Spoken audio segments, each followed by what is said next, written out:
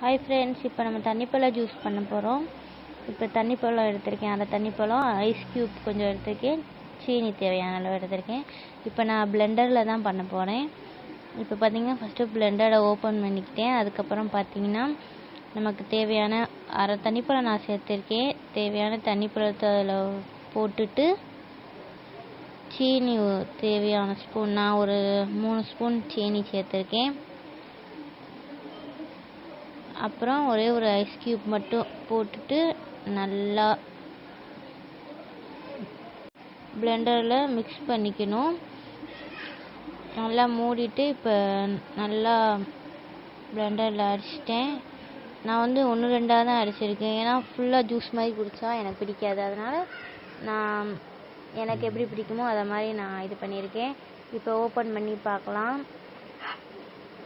சூப்பராக தண்ணிப்பழ juice ready ஆயிடுச்சு.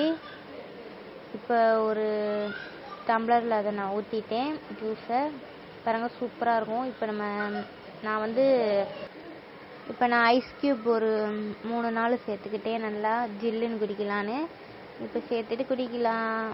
சூப்பராக இருக்கும் தண்ணிப்பழ ஜூஸ்.